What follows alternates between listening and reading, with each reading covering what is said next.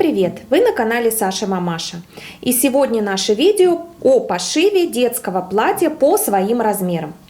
Для пошива нам потребуется ткань. У меня сегодня вот такой трикотажный глиттер, змейка, нитки и выкройка. Как построить выкройку детского платья, вы можете посмотреть в другом моем мастер-классе, который есть у меня на канале, и ссылку на который я оставлю внизу в описании к этому видео. А у меня выкройка основа уже построена, и с нее пересняты выкройки спинки и полочки. Также вы видите, что здесь у меня пересняты отдельно выкройки обтачки для горловины и для проймы.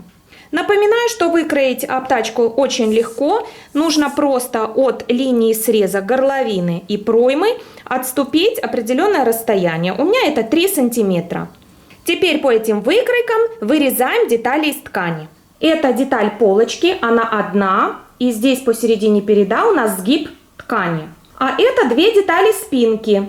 И также выкроены все детали для обтачки.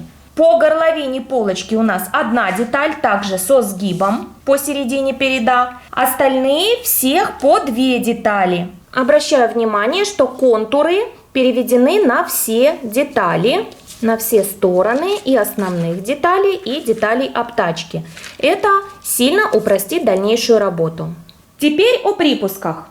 Припуски по плечевым и боковым швам, как основных деталей, так и деталей обтачки, везде по 1 сантиметру.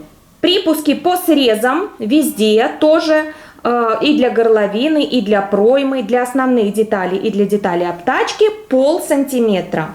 Для деталей спинки по заднему шву, где будет вшиваться молния, припуск 2 сантиметра, и по низу также припуск 2 сантиметра.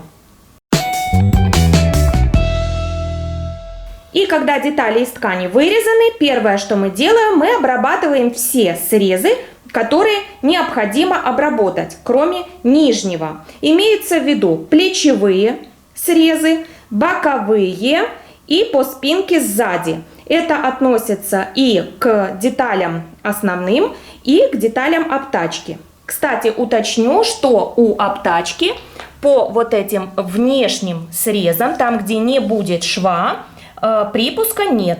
Обрабатываем срезы. Детали обтачки обрабатываем прямо одна за одной. Мы их как бусы нанизываем на цепочку оверлока, а затем просто будем разрезать. Теперь прямой строчкой на швейной машине выполняем плечевые и боковые швы на основных деталях и на деталях обтачки. Вы видите, у меня это вот заготовки для горловины, а это 2 проймы. Подобрав длину стежка, натяжение нити, прокладываем прямую строчку.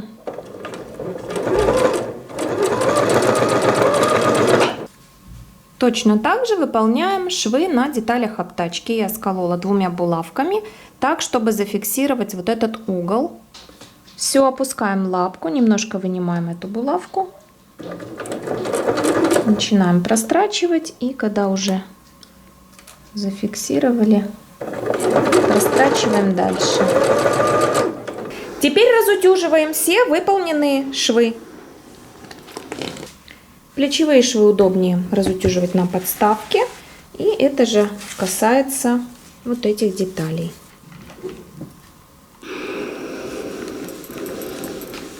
Также заутюживаем сзади, это середина спинки у нас, по вот этой линии на изнаночную сторону нашу ткань. Теперь обрабатываем оверлоком внешние свободные края наших обтачек. Итак, обработали внешний край, и обтачки у нас подготовлены. Пока еще спинка платья свободна от змейки, обработаем проймы обтачкой. Для этого просто накладываем лицом к лицу наши обтачки и по вот этим линиям либо скалываем, либо сметываем. После этого прокладываем строчку прямую на швейной машине. И теперь по периметру срезаем ближе сюда к шву, оставляем 3 мм. Остальное все срезаем вместе с нитками, с этими, Вот мы аккуратно срезали. Теперь нам надо подвернуть нашу обтачку на изнаночную сторону и проутюжить. Готово. Теперь нам нужно зафиксировать нашу обтачку. Для этого мы с лицевой стороны вот здесь шов в шов должны проложить прямую строчку по плечу и по боковому шву. Вот моя пройма, это боковой шов. Вы видите, что я обтачку зафиксировала вот тут вот по бокам булавками, чтобы мне булавки не мешали. Здесь и здесь. И теперь поочередно фиксирую.